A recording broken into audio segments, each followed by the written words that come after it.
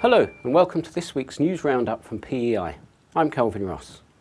In today's headlines, China is named as the top country for renewables investment, EDF boss warns staff over Scotland independence vote, and Bolivia plans massive investment to create electricity surplus. China is now the top destination for renewables investment in the world, according to an influential poll published this week.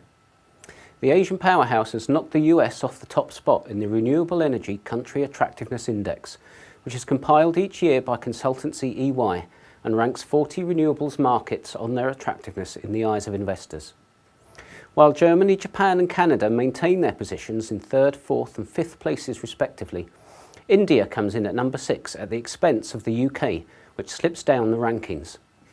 Indeed, EY says the UK's appeal as a destination for renewable energy investment is now at its lowest level for almost 5 years.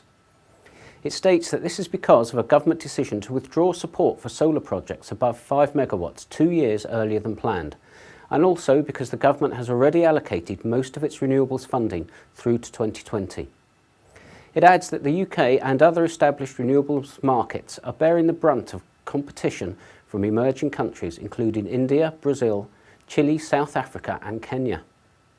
On China taking over at the number 1 slot, Ben Warren, environmental finance leader at EY, said that China's government is placing increased emphasis on clean technology as the country battles pollution, ushering in new market opportunities for investors.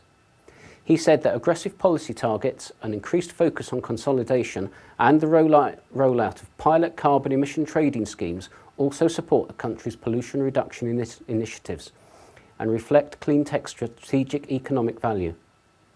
Warren warns that Europe is currently at an inflection point, striving to become a global sector leader but facing strained infrastructure and supply capabilities.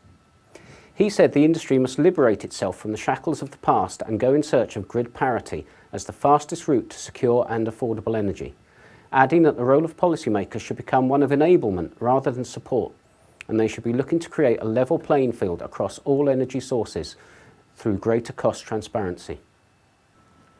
Vincent de Rivas, the boss of EDF Energy in the UK, has urged his staff in Scotland to think of the company's interests when they vote in today's independence referendum. Scots go to the polls today in a historic vote to decide whether Scotland will remain part of the UK or become independent. In a memo to his UK staff, of which 1,200 are in Scotland running Hunterston and Torness nuclear plants, as well as an engineering centre, de Rivas said that it was his duty to defend the interests of his company. He said a vote in favour of independence would cast an uncertain future over the company, as he believed it was unclear what the energy sector in Scotland would look like under independence. He stated that while he had received primary reassurance about the ongoing operation of nuclear, the answers to wider questions remain uncertain, depending on the outcome of the vote and any negotiations that may follow. EDF's nuclear power stations account for a third of Scotland's electricity generation capacity and meet 46% of its power demand. Scotland's First Minister Alex Salmond has already given EDF assurances that its 2 nuclear plants would be granted life extensions under independence, a move which some have criticised as running counter to his pledge to make Scotland nuclear free.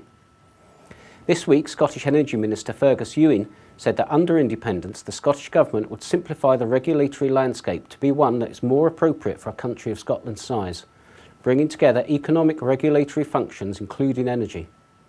He said with the powers of independence, the Government would have a huge opportunity to ensure that Scotland's energy riches are used to benefit the people of Scotland.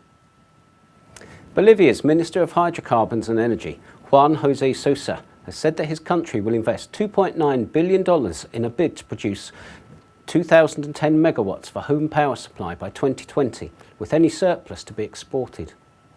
The country's household electricity demand has reached 1,337 megawatts this year, with a surplus of 103 megawatts, and the government aims to have 1,000 megawatt surplus by 2020. In Bolivia's power mix, 64% comes from thermoelectric plants, 29% from hydropower, 5% from combined cycle gas plants, and 2% from renewable sources. That's all for now. Join us again next week and follow all the breaking news from the power sector by following us on Twitter at PEI Magazine.